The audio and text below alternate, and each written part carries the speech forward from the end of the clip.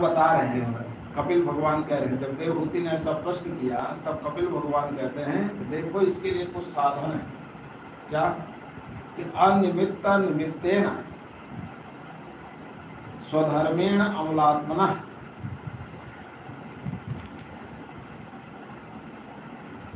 अच्छा, यहाँ जो 19 में कहा था ना, 19 नंबर देखो, कर्तो कर्म बंधु पुरुष यदाश्रय। यदाश्रय माने कि जिस प्रकृति के आश्रय में पुरुष को अकर्ता, पुरुष को अकर्ता, जो पुरुष क्या है अकर्ता, लेकिन कहते हैं उसको ये संसार कर्म बंधन होता है। क्या होता है? कर्म बंधन होता है।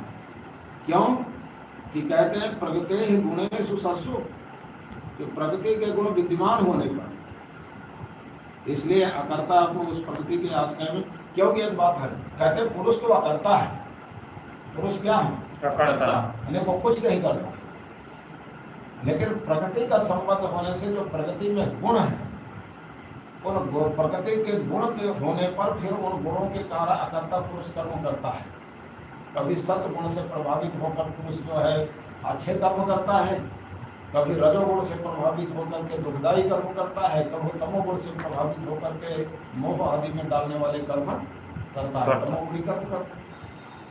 अकर्ता होने पर भी प्रकृति से उसका संबंध है, इसलिए प्रकृति के गुणों से प्रभावित होकर के सात्विक राजस तामस कर्म करता है, तो उसको कर्म बंधन से मुक्ति नहीं होगी।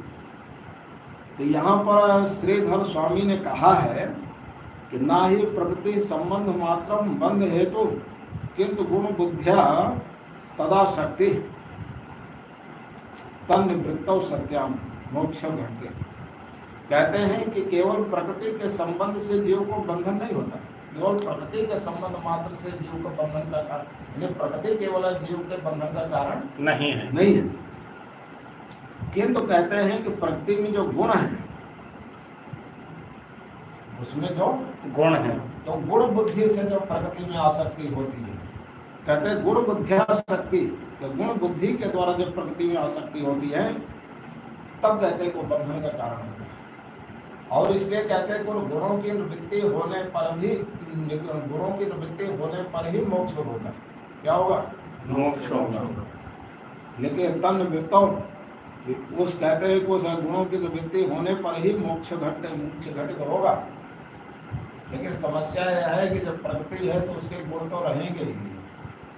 अगर प्रकृति नित्य है, सदा रहेगी, कभी नष्ट नहीं होगी, तो उसके इसका मतलब उसमें गुण भी सदा रहेंगे, तो मोक्ष कैसे घटित होगा?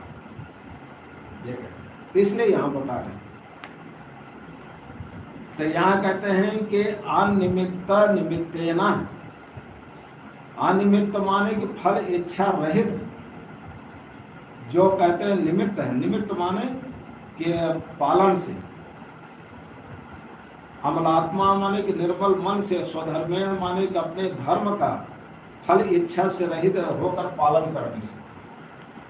अनिमित्तेन निमित्तेन लिखा ना, अनिमित्त निमित्तेन स्वधर्मेण अमलात्मा, अमलात्मा माने कि निर्मल मन से, अनिमित्तेन माने फल इच्छा रहित होकर निर्मल मन से अपने धर्म के, निमित्तेन माने पालन करने से, कि आप अपने वर्णाश्रम धर्म का फल इच्छा से रहित होकर क्या करो?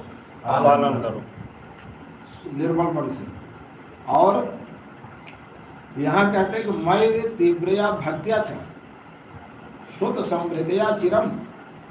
श्रुत माने कि मत कथा श्रवणे, मेरी कथा के दीर्घ काल के श्रवण से पुष्ट हुई मेरी तीव्र भक्ति के द्वारा। कहते हैं कि तीव्र भक्ति पुष्ट कब होगी?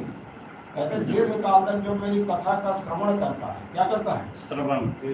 हाँ, तो कहते हैं कि चिरम माने दीर्घ काल तक, श्रुत माने मेरी कथा के श्रवण से, समृद्धिया माने पुष्ट हुई मेरी तीव्र भक्ति के द्वारा।